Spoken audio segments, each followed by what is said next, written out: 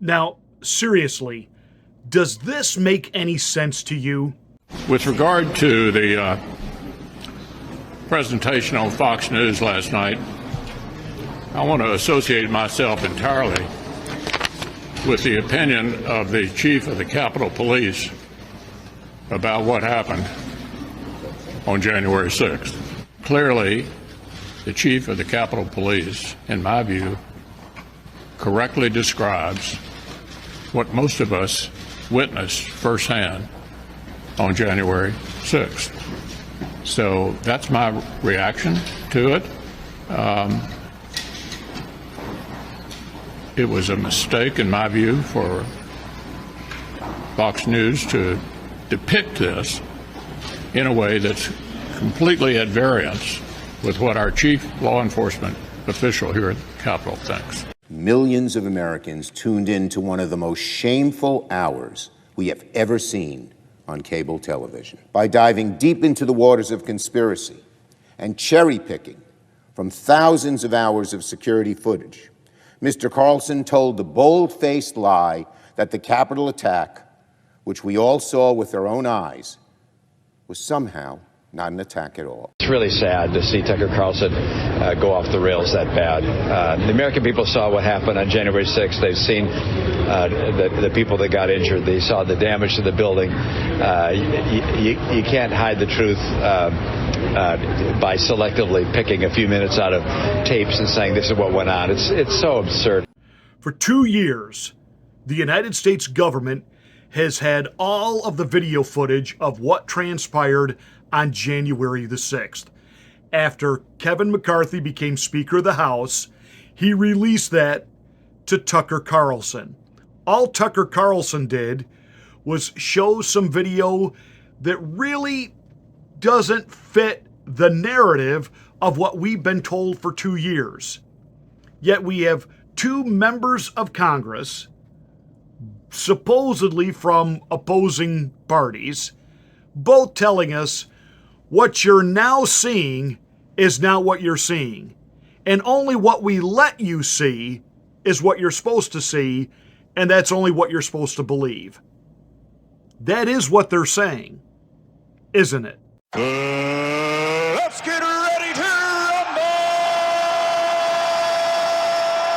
You can't handle the truth!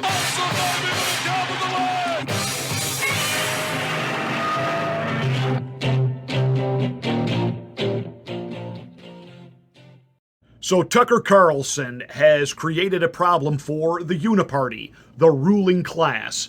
I have been telling you for how many years here, there's not a dime's worth of difference between Democrats and Republicans.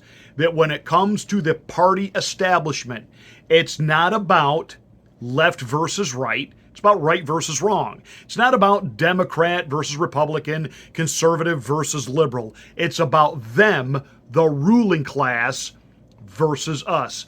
The real reason they hate Donald Trump is because he wasn't part of that. How dare you and I, as American citizens, actually believe that stuff in the Constitution about we the people? How dare we elect someone who was not from that class? I have told you that on camera for CNN and PMSNBC, they will pretend to go back and forth with one another, but as soon as those cameras are off, those Democrats, those Republicans, they go to the same cocktail parties.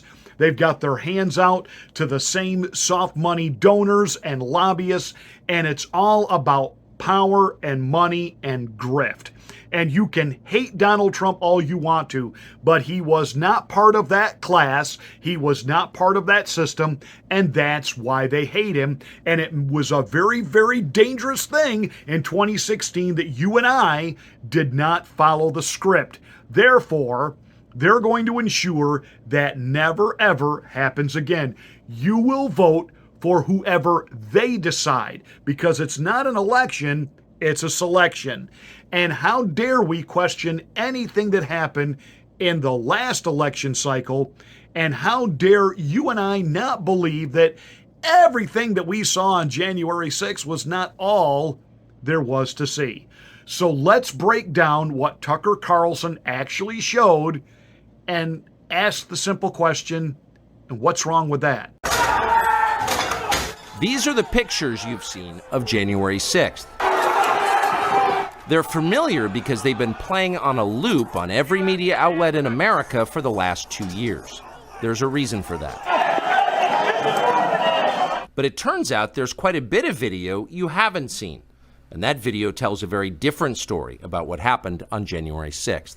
The so-called QAnon Shaman. QAnon Shaman. Someone named Q Shaman. Jacob Chansley became the face of January 6th, a dangerous conspiracy theorist dressed in outlandish costume who led the violent insurrection to overthrow American democracy. For these crimes, Chansley was sentenced to nearly 4 years in prison, far more time than many violent criminals now receive. What did Jacob Chansley do to receive this punishment? To this day, there is dispute over how Chansley got into the Capitol building. But according to our review of the internal surveillance video, it is very clear what happened once he got inside. Virtually every moment of his time inside the Capitol was caught on tape. The tapes show that Capitol Police never stopped Jacob Chansley. They helped him. They acted as his tour guides. Here's video of Chansley in the Senate chamber. Capitol Police officers take him to multiple entrances and even try to open locked doors for him. We counted at least 9 officers who were within touching distance of unarmed Jacob Chansley. Not one of them even tried to slow him down. Chansley understood that Capitol Police were his allies. Video shows him giving thanks for them in a prayer on the floor of the Senate. Watch. Thank you, Heavenly Father, for giving the inspiration needed to these police officers to allow us in this building. Contrast the reality of what Jacob Chansley did in the Capitol building on January 6th, the indisputable facts recorded on video, some of which has never before been seen, with the depiction of Jacob Chansley that you've seen in the media for more than 2 years. The QAnon Shaman became the face, if you will, of the insurrection. And not only was he evil and a terrorist, he had to be taken out. Shoot him. Shoot him. Like, you burst into the United States, if he was dressed like bin Laden, would you have shot him? Shoot him! Shoot him! It makes you wonder, who are the violent extremists here? Wow, really? Because he stood in the well of the Senate? Now, even in the limited video that we were shown for the past 2 years, he didn't appear to be anything other than, I call him he looked like Chewbacca with a Viking helmet on. He didn't appear to be on any level dangerous or confrontational, and the security there seemed to be interacting with him okay. But nonetheless, he was arrested and he's now sitting in prison for 4 years. But Pastor Marty, he pled guilty. Of course he did. Of course he did. Because you know how this all works. Surely, whether or not you've ever been arrested or not, you've seen enough episodes of Law and Order or any other crime show or criminal process type movie that, he was basically told, look, either you take the plea deal or you can do 25 years in prison as an insurrectionist. Scared, he took the plea deal. He said whatever he had to say so that in 4 years or less, he can get out of there. But his attorneys were denied access to this video footage. If he was in fact committing such a grave crime, why didn't the officers who were standing right next to him place him under arrest? Until now, no one could even prove that even happened. But it did. He's being led around like he's a tourist. They're trying to open doors for him. There's as many of 9 of them conversing with him. And what we're being told now is they were trying to de-escalate. Okay. He looks fairly de-escalated. I didn't see anybody slap any handcuffs on him and put him under arrest. In fact, you actually opened the doors and let him into the Senate.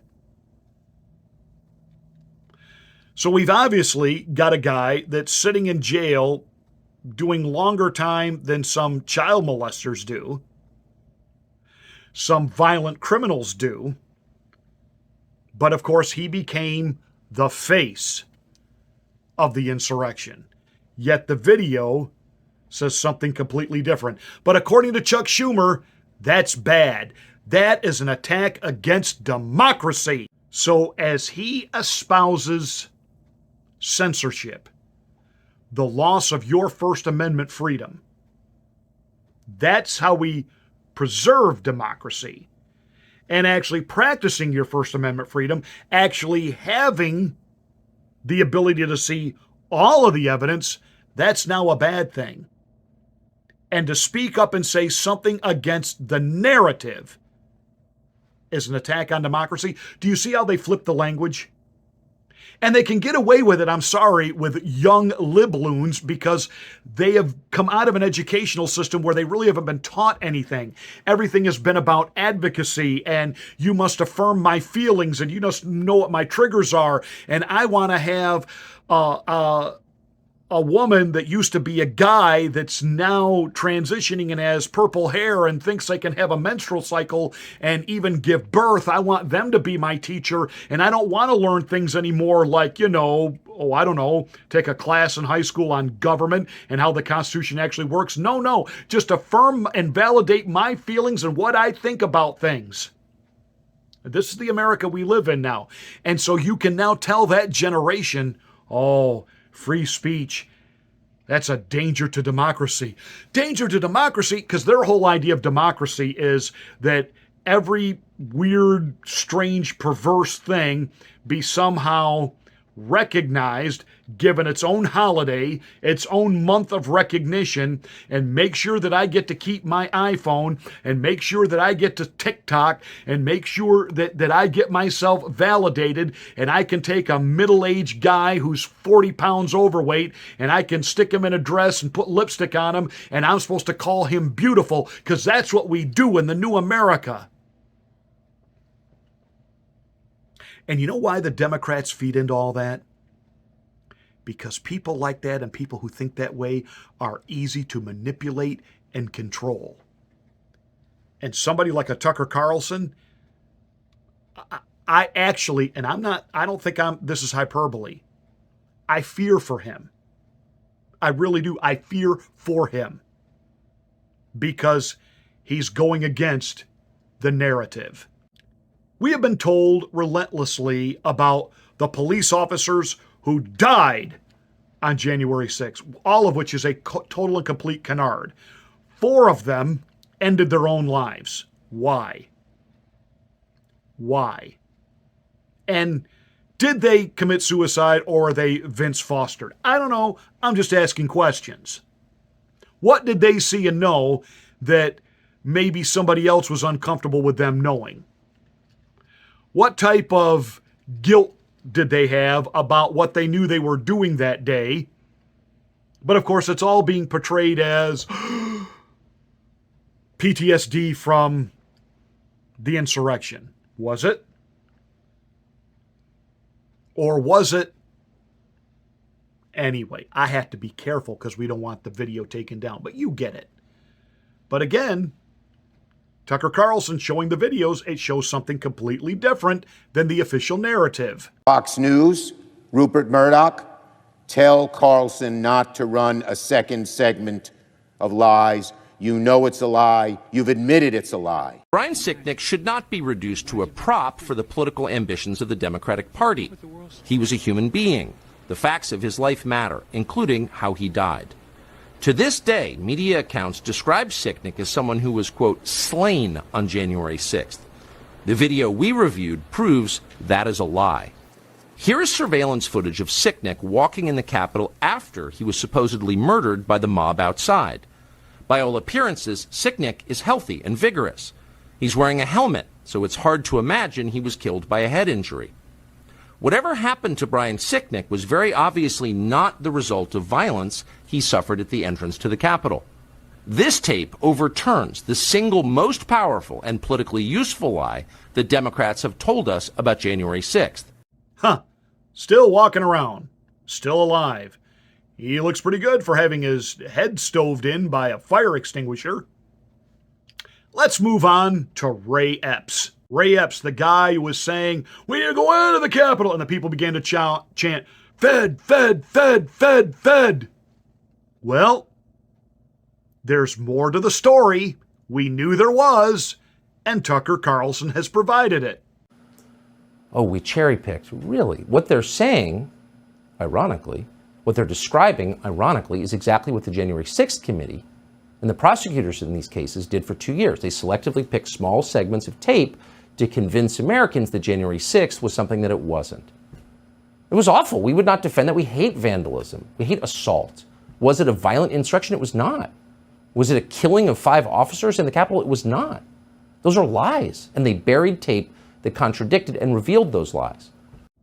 The ruling class has decided that you, the American citizen, does not need the truth, the whole truth, and nothing but the truth. You only need their ruling class version of it, and only what they want you to see. Tucker, in a follow-up after Chuck Schumer lost his mind and Bitch McConnell once again revealed which team he actually plays for, Tucker said, you know what the difference is between somebody who tells the truth and someone who's lying? Somebody who tells the truth just calmly presents, these are the facts. If I'm wrong, show me where I'm wrong, but this is what I got. And people who are lying, they feign, I can't believe you just called me a liar. Any of you ever raise a teenager? You don't trust me. That's exactly what Chuck E. Cheese Schumer's doing. You don't trust us. We don't. You lied about COVID. Lied, and continue to lie. You've lied about Ukraine. Lie. Just outright lie. You lied about Russian collusion. Lied. And you're lying about this. Because you have a narrative. You don't want people to think. You only want them to do what they're told.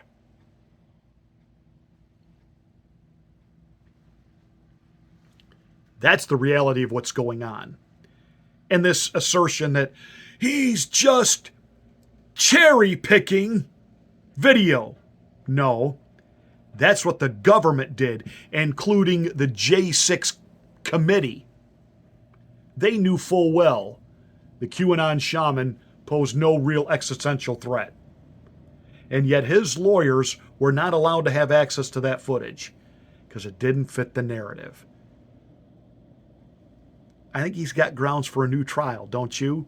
And can you imagine what will happen in Washington when some of these convictions now get overturned? Boom, shakalaka boom, shakalaka boom. Tucker Carlson ran a lengthy segment last night arguing the January 6th Capitol attack was not a violent insurrection, an attempt to rewrite history and erode the very foundation of our precious and sometimes fragile democracy. So yes, this morning I am furious. Millions of Americans are furious. I was here on January 6th. Many of you saw the footage as I ran for my life, coming within a few feet of these criminals. Yeah.